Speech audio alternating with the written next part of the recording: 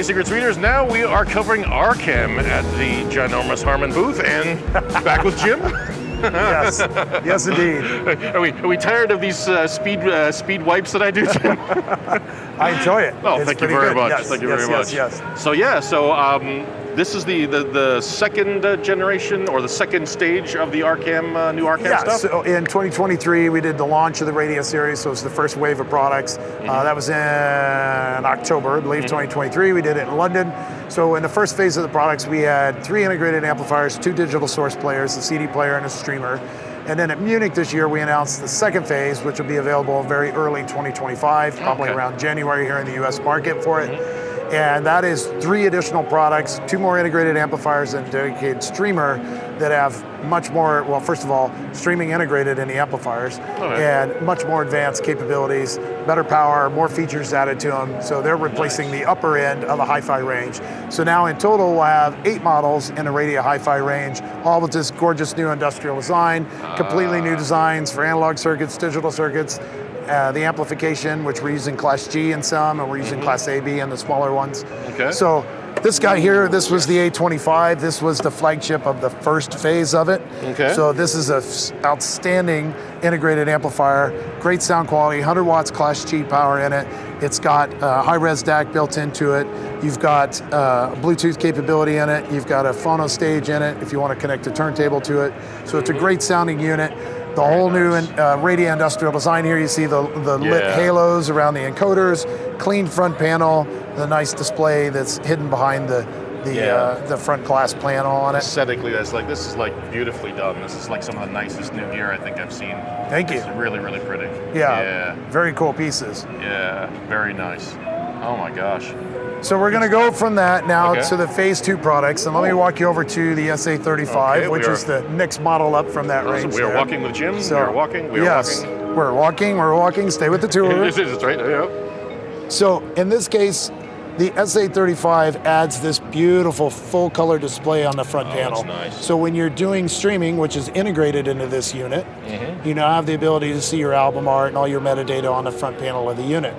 So this takes everything that we had in the A25 over there and adds, obviously, integrated streaming. So we've got wired and wireless capability in this product, so you can do network streaming. We're currently off of Roon, so we're streaming as a Roon endpoint here. Nice. But if you wanted to do, Spotify Connect, Tidal Connect, Apple AirPlay, Chromecast capability is all available in this product.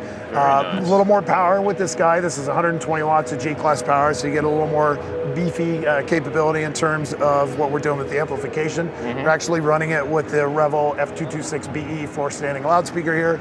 It's just under $8,000 pair of loudspeakers. So obviously this is a nice system put together with these. Yeah, very streamlined system too. Very, very cool, yeah. And the streaming engine that's in this piece is also available in a separate standalone product called the ST25. Ah, okay.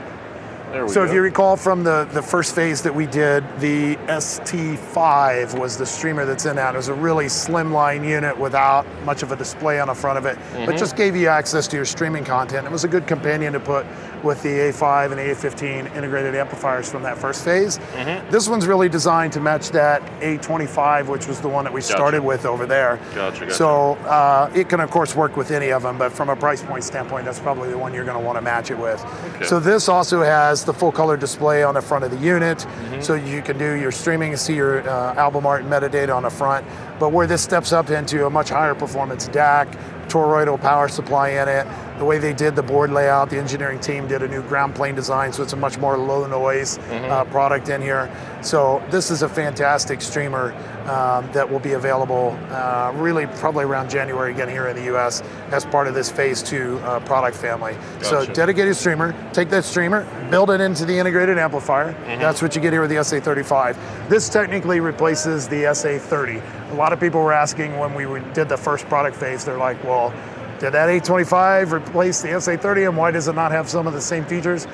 That wasn't the replacement for the SA30. This is. That is right there, okay. But we're taking it one step further. Well, we are we? Yes, I got one cool one to show you, yes. Oh my goodness, I'm going to show you the SA45. Oh, here we go. So this will be the new flagship of the range. So everything that we just talked about on this product, let's beef it up a little bit more. So if we come over here. We're going to the big brother now. Whip.